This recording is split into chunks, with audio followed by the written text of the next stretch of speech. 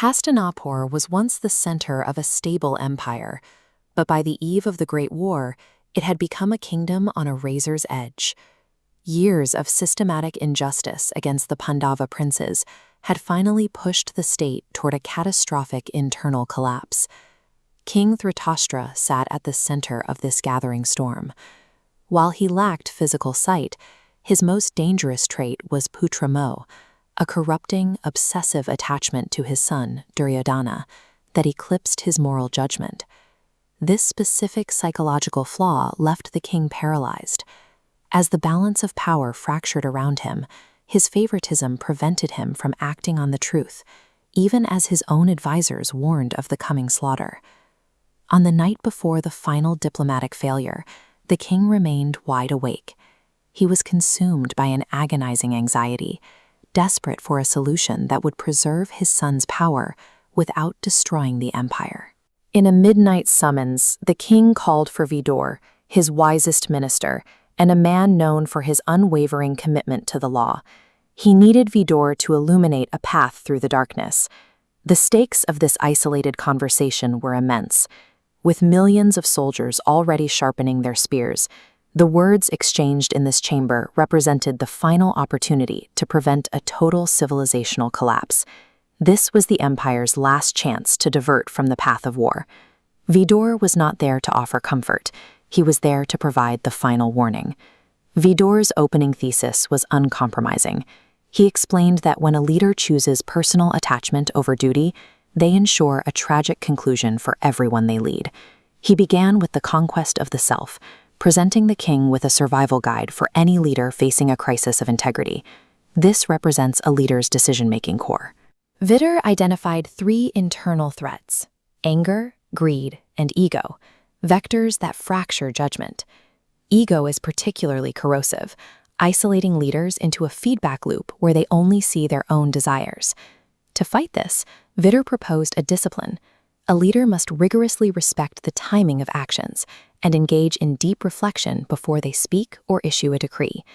These internal failures directly caused Dhritarashtra's current crisis. His inability to discipline his son was not a lack of power, but a lack of internal mastery over his own biases. Vidur's point was clear. The chaos in the streets of Hastinapur was a direct mirror of the chaos within the king's own mind. Moving from psychology to statecraft, Vidur outlined how these principles dictate the management of a kingdom's resources and its people. He emphasized that power requires a reality check. A leader must actively protect honest advisors and maintain extremely strong friendships with those willing to tell the uncomfortable truth. He also introduced a strategic view of mercy. Forgiveness, in Vidur's view, is a tool used by the courageous to de-escalate conflict, whereas the weak often mistake stubbornness for strength. All of these tactics lead to one requirement: the truth must be the highest priority of the state, regardless of the political cost. This scale illustrates the mandate of impartial justice. A ruler must execute the law without bias. This impartiality prevents society from collapsing. When the scale tips because of favoritism, the entire structure of the state shatters. Vidur laid a binary choice before Dhritarashtra: uphold justice and save the kingdom, or indulge his attachment and watch everything burn. The framework for survival was now fully articulated.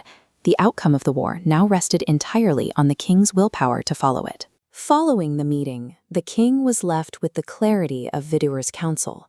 Yet, despite knowing the truth, he remained trapped by his inherent bias. In a move that sealed the fate of his empire, he ignored every warning. He chose his son's ambition over the demands of justice.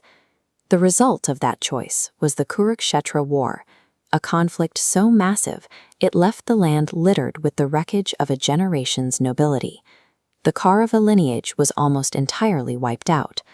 Vidur's prophecy of total destruction was realized precisely as he described in that midnight chamber. The Vidur Niti persists today because it describes a recurring psychological pattern. The story of Dhritarashtra is the story of any leader who loses their perspective to their own ego. These dynamics, where personal loyalty overrides institutional duty, regularly lead to the collapse of modern corporations and political systems. When a leader prioritizes a favored son or personal project over the health of the organization, they trigger the same structural decay that destroyed Hastinapur. When leaders allow personal bias to replace ethical justice, ruin is the logical conclusion. Without an impartial foundation, even the most powerful pillars eventually crumble.